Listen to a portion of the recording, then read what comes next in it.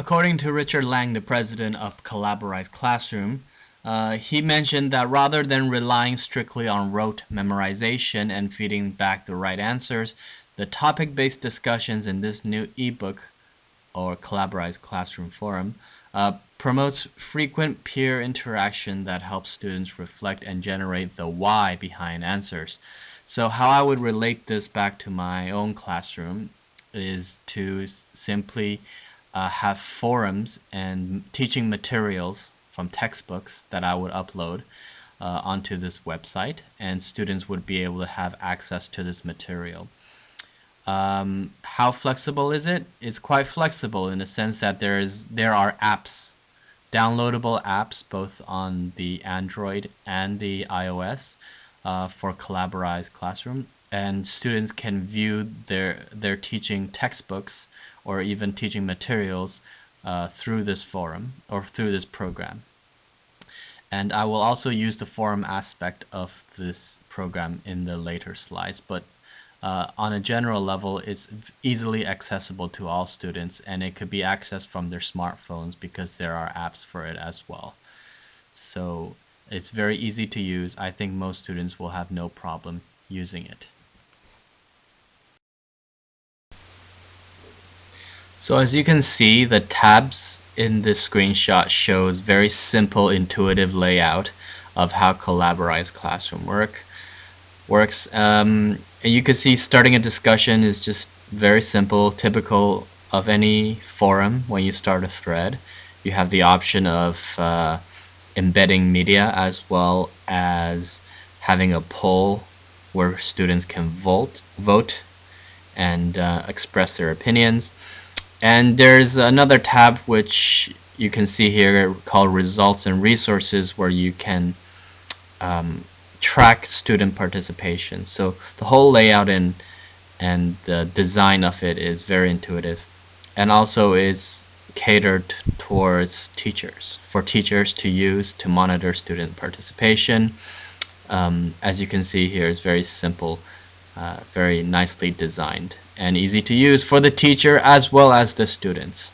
Students won't see this tab, but they can participate in the discussion just like a forum.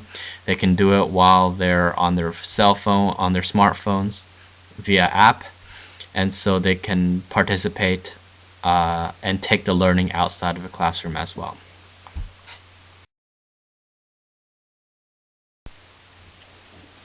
Being able to upload the school curriculum and embed videos and links to your curriculum is one of the benefits of Collaborize Classroom. However, this is more limited to curriculum design. For the most part, I will be using this feature to supplement my teaching materials. I won't be using all the chapters. The curriculum that I'm given is the BEC English, which stands for the Business English Certificate, BEC, and there are many series of textbooks that use this name. I will be uploading some units and some chapters on this website, Collaborize Classroom.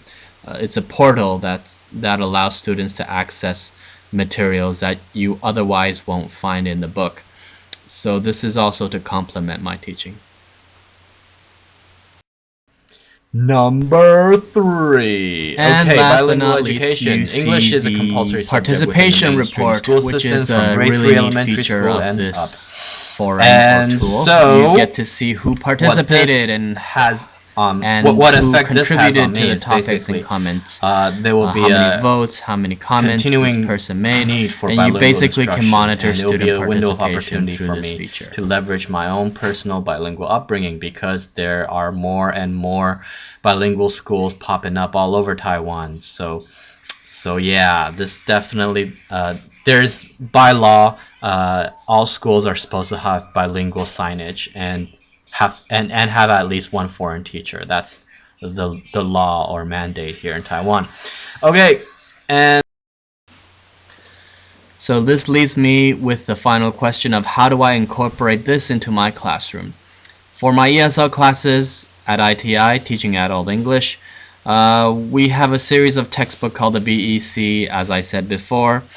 And using the forum and curriculum access features mentioned in the previous slides, I was able to use Collaborize Classroom to add a media-rich integration of the class, and also added more interactivity for students on the forum.